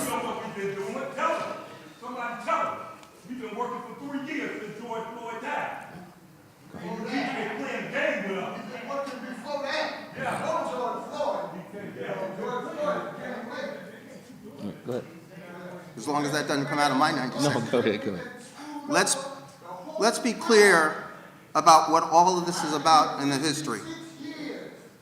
The issue of police use of force and police treatment of black and brown communities and underrepresented communities has been called the unfinished business of the civil rights movement. We did voting, we did education, we did housing, and we stopped at police force. And that's where the Department of Justice stepped in, but didn't have the tools to do institutional reform until legislation was passed. But when I got to New Orleans, I'm an African-American guy. When I go to these consent decree conferences, it's mostly white people talking about what happens with black and brown people. So what I did was I formed an organization, quite frankly, to empower black and brown people and to give them the tools to partner and oversee their police. But I called it effective law enforcement for all for two reasons. First of all, underrepresented people are the canaries in the coal mine, and the things that affect us first eventually affect everybody else. So what I wanted to message is we need the same standard of policing for everyone. And the second thing is I picked a name that everybody agrees with. I've never met anyone. I say I run an organization called Effective Law Enforcement for All. No one's ever said, oh, I don't support that. Because what we have to do is build agreements, ties between communities. So yes, I understand you in this community have been working on this since 2000 and before. I did not know about the Unity Community Mediation Team until they reached out and I read their materials. So you all have been working on this. That's why we're so passionate about coming here to amplify what you've done, to use our tools, our clout, to finish, hopefully, the work you all have started and to work with you to do it. So yes, we're here about black and brown people and other underrepresented people here in Minneapolis and in the country. And if one moment, Reverend, I just want to note that our team has been fighting for and saying the names of black, indigenous, and brown people, and that is what we do. That is what I have been doing for decades. I have been fighting I'll give you an opportunity for that. those communities, and our firm is not a defense firm that wants to keep what has, the conservative approach to keep what has happening. We are challenging the systems that create Relman, I'm going to give you a chance oppression and racism to speak to that pervades this nation and Minneapolis. If Mr. Flowers had stayed, the final question for the candidates was, and it happened last night, but we have the cards that say it here. In every one of the cities that you have done work, and we can name, and you heard one of the community members go through all, in every one of the cities that you've worked, we continue to have disproportionate killing of black, mostly men. We have had not a diminution in police misconduct charges. And I want to give each of you an opportunity to talk about every one of the names you've mentioned, San Francisco, New Orleans, those incidents are still there. So even to Mr. Flowers' question, we still have that disproportionate over-policing of black bodies, killing of black bodies, and police misconduct. Can you talk about your work and what you've done in those cities and why that backsliding or failure or non-compliance continues to plague those cities? We'll start with you, Effective. Great question. In both cities, first in New Orleans, the consent decree, because I came in and took over that department in the second year of the consent decree, but the consent decree, along with a number of other programs and initiatives and the will to want to reform, is how we got the department to really look at use of force differently, stop searches and arrests differently, bias-free policing differently, and training our officers in all of those areas and showing them the better way to go about doing the work. That the work has to be done. We have to do it. People want policing. They want good policing. And we were able to, over a 4.5-year period, increase the work while decreasing the use of force, decreasing the complaints by 50%. And in 1 year, there were no police-involved shootings. While we were having multiple shootings a year before I started, in my last year, we had none. Then in 2019, I moved to Baltimore. Again, the second year of the consent decree. The consent decree was the mechanism and the tool that made the department, because we were compelled to comply or be forced with being in contempt, compelled to comply. And that department went from being the worst department in America with multiple police shootings and killings to having very few. And the few we had, we were very transparent with the community, and they were watching those videos within 7 days. And they were able to see that when it actually happened, it was justified. But it had cut down. I left in August. It was down 45%. Violent offenses and use of force offenses and complaints. And by the way, when I started in 2019, 90% of the litigation was against use of force. When I left in August, 10% of litigation is for use of force. The other 90% is for people who say I wasn't promoted. Thank you. Jensen. I'm going to ask Ed Denmark to come on up. I'm not going to talk as you're walking up. No, you want to take it. Whatever group gets picked, hope I see you down that middle or talking to the young man, brothers and sisters. Hope I see you on Lake Street. I'll see you down on City Square West, my brothers and sisters. That's where I want to see you all at. You will, sir. Go to them places. Absolutely. Go to Lake Street, man. Go to Franklin Avenue. Go to Little Earth. Go to Cedar Square West. Go on Broadway. Talk to them. Thank you. Those are the ones who are affected, man. Them are the ones who are being hurt. Not these people. They're just here want to feel safe for the next riot. They want to feel safe in their homes. Absolutely. I'm not saying everybody. Most are young native people about a mile away from here. They don't know where Clinton Church is. I'll respect this church, yeah. My father was a fire brother. I've been fighting the same bullshit since 1968. American Indian movement. Thank you, Mr. Belcourt.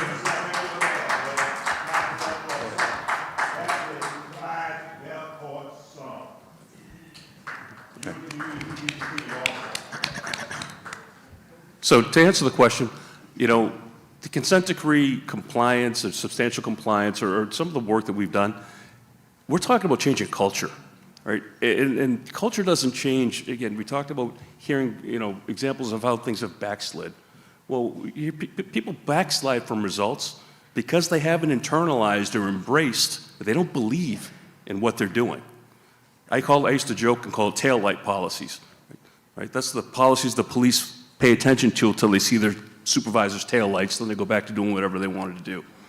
They don't believe in the change that's expected of them. So when you don't see results immediately, it's because this process of change has to take place, and people have to internalize the values that are shared by the community. And one of the other candidates alluded to it. We have to identify either they don't want to do something or they don't know how to do something. And during the process of trying to get people into compliance and understand what the purpose of all of this is for, that's when you see that sustainable change happens. That's when you see permanent behavioral change on an individual level, right? And then once you get a critical mass of individuals that believe that within the organization, you can shift the culture. But if you're talking about an organization of over 400 people, 800 people, these large organizations, that is not going to happen by putting something, a piece of paper, a compliance decree in. It's not going to happen through having people sit in a training class with their arms folded when they don't care to be there. It comes with getting people to understand why they're there and to believe that they need to be the change that the community wants. Thank you. Thank you, Ed. Roman? We do not come with an off-the-shelf approach. We come with an approach that is going to be created in partnership with the community. A unique solution for Minneapolis. A Minneapolis solution for Minneapolis. We don't come with what happened in Baltimore. We don't come with what happened in New Orleans. We don't come with what happened in Seattle. We come learning lessons from those consent decrees, seeing what worked, seeing what didn't work, and creating an approach and a process that is unique and effective for Minneapolis in partnership with the community. And we come from a place where we have fought for communities all across the nation, whether it be in Sapelo Island, Georgia, or Zanesville, Ohio, or Flint, Michigan, right? It's that work that we do because that's what we love, that's what we want to protect the rights of Black, Indigenous, trans, and other underrepresented communities, and make sure their voices are heard in this process. As we have met with people around Minneapolis, there have been many questions and complaints about the process, even up to this point. If we come in, what we want to prioritize is ensure that the process works for all of you. You have a real voice and you're real partners to ensure long-term change in policing toward a more fair and equitable police department. Thank you so much. Please join me in thanking Effective Law Enforcement for All, Jensen Hughes and Relman Colfax. Thank you. Good job.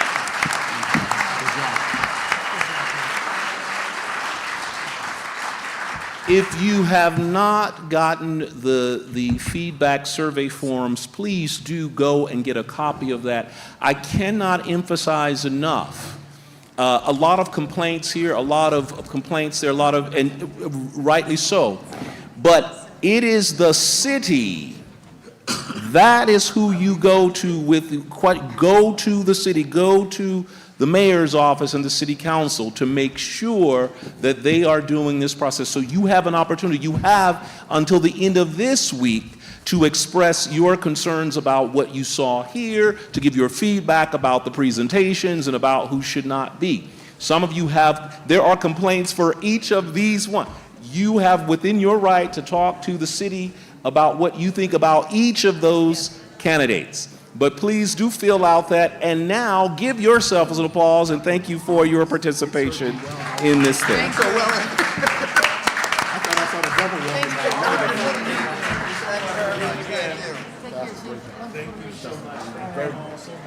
Thank you, Pastor. You did a great job. Great meeting. Nice to meet you.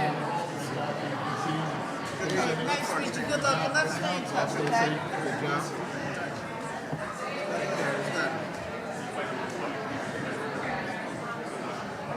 Good job. Good job, man.